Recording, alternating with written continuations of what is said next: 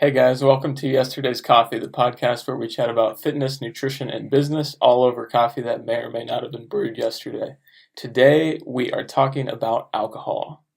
Yes. So, that one of the first questions that I think every single new client asks comes to us with. So, I'm trying to lose body fat, but I still like to go out on the weekend. How often can I drink? What can I drink? Right? That's still going to let me lose fat. I have this social life that I have to stick to. So. But I can't give up my wine. My girls' nights. So we're gonna dive into that. I'm not asking you to, by the way. Yeah. Neither one of us are asking you to. So we're gonna dive into that and figure out what impact alcohol actually has on your diet, whether we're talking about weight loss, we're talking about building muscle, and then what are some kind of best practices if you are going to drink. So tell us a little bit about what alcohol is to start. So I think most people understand that alcohol has calories associated with it. Mm-hmm. What people don't always realize is that alcohol itself is not a carb, it's not a fat, it's not a protein, it is its own macro. I don't want to call it a nutrient because it's really not, but it's its own thing, okay? So it's basically its own macro. If carbs offer you 4 calories per gram of carbohydrate and fats offer you 9 grams of fat. 9 calories per gram. 9 calories per gram of fat. Alcohol is offering you 7 calories per gram of alcohol. So there are calories associated with alcohol. However, your body does not use alcohol in the same way that it would use other macronutrients. And It contains really no other benefits. There's no other nutrients to it. There's no other nutrients. Nothing useful or usable really to the body. Mm-hmm. Right. And so like you were saying, alcohol is treated totally differently from fats, carbs, or proteins. Mm-hmm. So it's your body basically sees it as a toxin. And actually the byproduct of that metabolic process of digesting alcohol creates acetate, which is toxic. Yes. So your body focuses on alcohol whenever it's introduced into the system. Because your body's main priority is to get rid of toxic substances. Right. And your body actually has 3 pathways that metabolize alcohol. That's how important this is. Yeah. If one fails, we got number 2. If number 2 fails, we got number 3. The body really, really prioritizes getting specifically this toxic substance out of the body. Mm-hmm. Yeah. So whether you've just eaten a huge meal or anything else, as soon as you consume alcohol, all those resources are diverted from the food in your digestive tract to the alcohol. Yeah, so anything that your body is doing and spending energy on at the time that you start drinking, all those other things basically shut down to a certain extent so that your body can prioritize getting those alcohol toxins out of the body. So people understand when they drink that they're adding calories, but what they don't understand is that anything else you take in with alcohol, which more often than not, there's a mixer involved, even just in your drink itself, or you're eating something you're not just drinking all night long with nothing to eat or nothing else to drink, right? Mm-hmm. So when you're eating or when you're drinking anything else while there's alcohol in your system, your body is not really digesting those nutrients.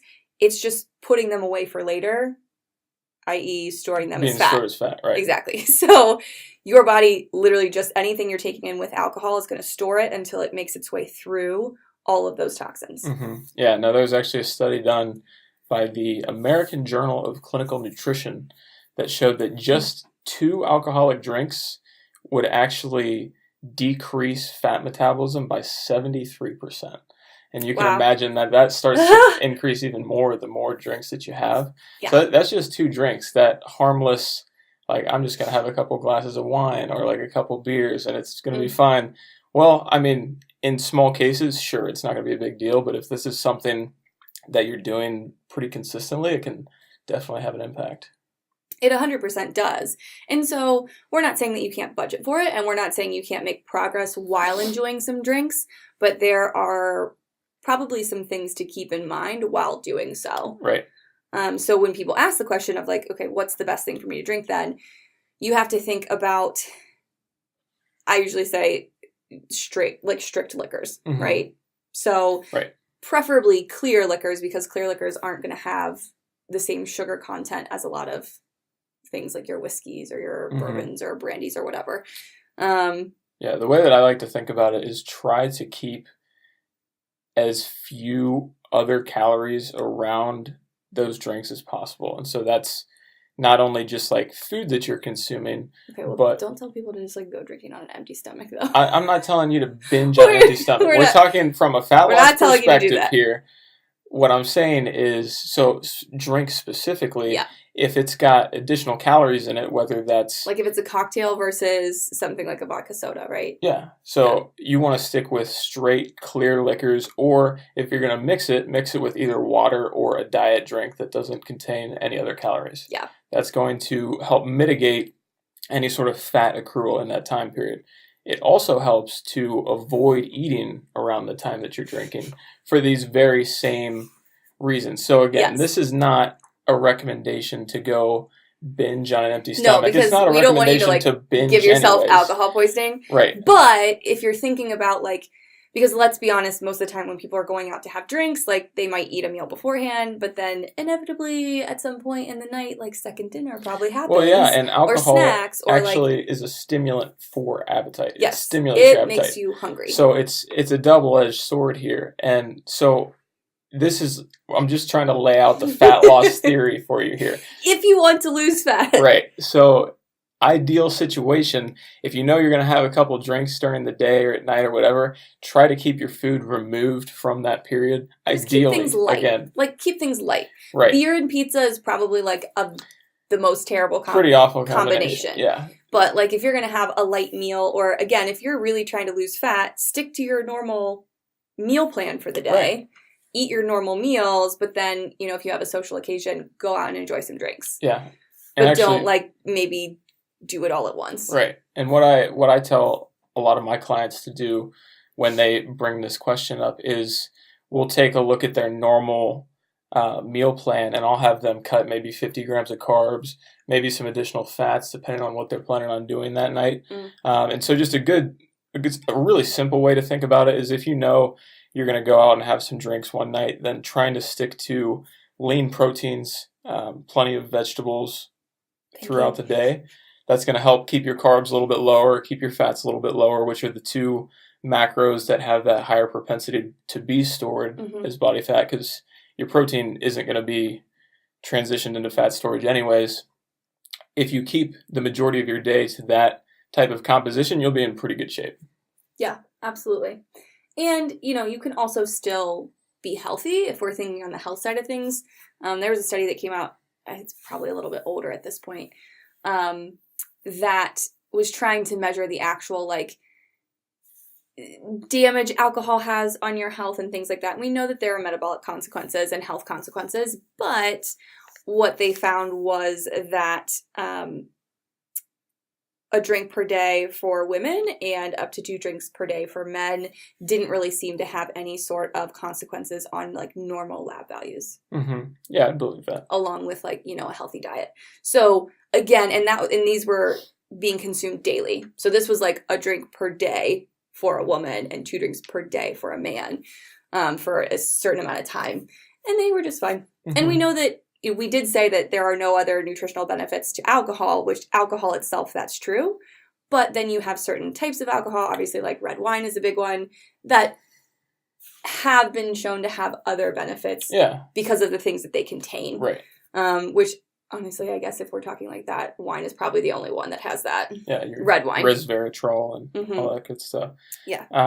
So, yeah, I mean, when it comes to drinking in very acute situations, you can absolutely manipulate your calories and your macros that day to help fit that in. Definitely. So if we're talking about you're going to go out once a week or you're going to go out on a Saturday, whatever it may be, and say you're going to have 3-4 drinks and you know roughly what the calorie content is in that, you can definitely compensate by eating less through the first half of the day, like we were saying. Definitely. Dropping down the fats, dropping down the carbs, and that will have a good impact on your progress. You'll be able to minimize a lot of real damage there. It's those nights where a lot of drinks turns into a lot of food that can really cripple your progress. 2 or 3 drinks turns into 10 drinks. Yeah, right, exactly. And then brunch the next morning, and yeah, and you then still it got just alcohol in your system because snowballs. there's a mimosa there. It just snowballs into a whole thing. If that's what every weekend is going to look like for you, then yes, you might have more trouble getting to your goals. Mm-hmm. But if you consume responsibly and you go out for a social occasion and have a couple drinks, it's not going to derail your progress. Right. And more than likely, it's not even going to take you backwards if you're doing what Kyle says, if you're kind of like budgeting for it. Yeah, no, it won't take you backwards at all. But no. So you could still see a new weigh-in and still have a night that you went out and had drinks. Mm-hmm. You might see a slight bump up the very next day as your body tries to like regulate its fluids. Yeah, it can be kind of crazy. You might see a drop. You might see a bump up. I mean, you could be dehydrated. You could start retaining more water. That's true. You could be dehydrated too. Yeah, so the day after is probably not the best time to do your weekly weigh-in, but that time. You could still see a low weigh-in within the 7 days surrounding that. Right. And I do want to address that while we're on the topic is you can absolutely wipe out your entire week's progress in one night. Yes, you can 100%. If you go overboard.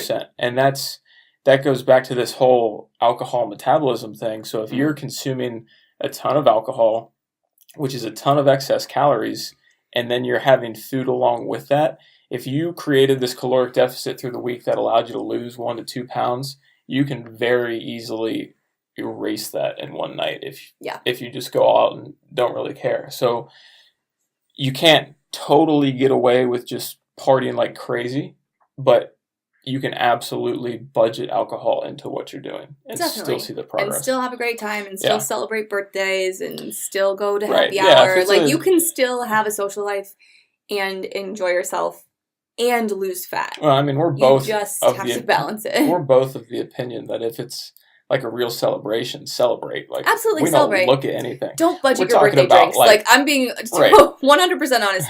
Don't worry about certain things if it's a true celebration. Right. But if it's just like a happy hour or it's like a weekend, like that's not you're catching up with friends that you see every yourself. Week, then you can rein it in a little bit. Right. Yeah. So that was a lot on the topic of fat loss. Now let's talk about kind of the flip side of the equation here with muscle building. Mm-hmm. So there is some definite evidence that consuming alcohol impairs protein synthesis. Mm. So protein synthesis is your body's way of building new muscle tissue. And so if you're consuming alcohol, you're basically putting you're putting everything on hold, like we said before. So that's everything. That's digestion on hold. That's building anything, including protein synthesis, on hold. So basically all these other very important jobs that your body's doing on a daily basis slow down once you introduce alcohol. Mm-hmm. Yeah, and it's one of those things where if your body's trying to get rid of a toxin, the last thing that it's worried about is building new metabolically active tissue. You know? So that's not even going to be in the realm of possibility. Now, there have been a number of studies on alcohol, and a couple that I referenced were done on rats, and one of the biggest carryovers of them was that higher alcohol consumption directly led to less muscle overall, less lean mass. And it also impaired growth hormone production. Now, the one thing to note about those studies is that, yes, obviously they were done in rats, but they also used a large dose of alcohol. So we're not entirely sure how much impact a drink or two is going to have on that. And based on like the other study that we talked about too, that was done on humans, showing very little impact of, maybe a moderate amount of alcohol. Right. And so it's something that you just kind of need to be aware of. If you're consuming moderately and responsibly, alcohol really shouldn't be that big of an impact. One thing that it'll definitely lead to is some impaired recovery time, especially if you're drinking it immediately following a tough workout. So in that And not even necessarily immediately. I'm not talking like post-workout Yeah, shake like kind what of are we thing. doing post-workout? But like if you worked out earlier in the day and then you went out for some drinks that night, that's on definitely deadlift going day, to like impact you didn't earn Yeah. 5 extra beers. Right. Is what we're saying. Right. Really. Well, not if you want to recover from it and train again the next day. And like, make some strength gains. But. Right. So yeah, just some things to keep in mind. These are effects that large doses have, and they probably have very similar effects depending on the frequency and the amount. Mm-hmm. But at the end of the day, if you're questioning whether or not it'll impact it, it's never going to be a benefit. So there's no point unless where we're talking about like one small serving of red wine that has antioxidants in it, like. Well, so I'm talking specifically just from like a fat loss or a strength perspective. Yeah. It's never going to make you lose more weight. It's never going to be a benefit, but there are certainly times where you can introduce it. It's not going to be a huge detriment, and you can maintain a very respectable social life with that in there. Yeah, definitely. Yeah. So, and I think the biggest thing to remember is that alcohol is going to change the way that your body functions on a daily basis. So again, if you have any goals or just want to be in general good health, just be moderate and enjoy things that you want to enjoy, but don't go overboard. Yeah, this is not a recommendation to look at your calories and be like, all right, so I can spend 500 calories a day on wine, right? And I'm good to go. Perfect. And I can still lose weight, fit right? That in. Yeah, that's not exactly about. What we're talking about. If it's one day a week or maybe two, like, yeah, you can get away with it. Because over time it will damage your body and there will be consequences, but... Right. Impacted recovery, all kinds of just... You're never going to be optimal. You're never going to be in that optimal state, optimal state of recovery, optimal state of fat loss, because you're always putting things on hold for whatever time period that alcohol needs to be metabolized. And if alcohol causes you to spiral in any way, so if having a drink or two causes you to have a couple more or to go out for pizza afterwards, you have to know yourself too, first and foremost. Like, when I go out and have some drinks, like, I know I'm going to eat second dinner. Right. But I already know that, and I know myself, and I expect it, and that's okay. Yeah, so you can... But don't, go out and do that and then wake up the next day and the scale's up, and you're like, well, my diet's not working. Right. And or I'm such a failure. You can have that idea in your head of like, okay, I'm going to take this advice and I'm going to push all my calories to the front end of the day. And I'm just going to have a couple drinks at night and call it a night. And then you do it and you're like, holy crap, now I'm super hungry. And at that point, you're going to need to eat because you drank on an empty stomach. Just be smart. Like, can we just be smart and don't expect that you can drink a 6-pack or a 12-pack on a Friday night and lose weight that week. Yeah. Let's just not have unrealistic expectations. Right. And if you're the type of person that does consistently go out every weekend and you're not seeing the progress that you want to see, alcohol is going to be a major part of that. So cut it out for a couple weeks. Yeah. It's not at the end of the world. Drop it out a little bit. If you take a week and you don't have a single drink, I think you'll survive. Right. But, so what would you say would be the worst alcohol to drink then if you're trying to lose fat? I would probably say, aside from crazy mixed drinks, would be a cider. So if you're combining... Not true. Well, give me your answer then. That just surprised me that you said that, because actually most people who work out who come into get beer, they go for ciders because the ciders are actually lower in calories than a lot of craft beers. But why would you say it's not worse?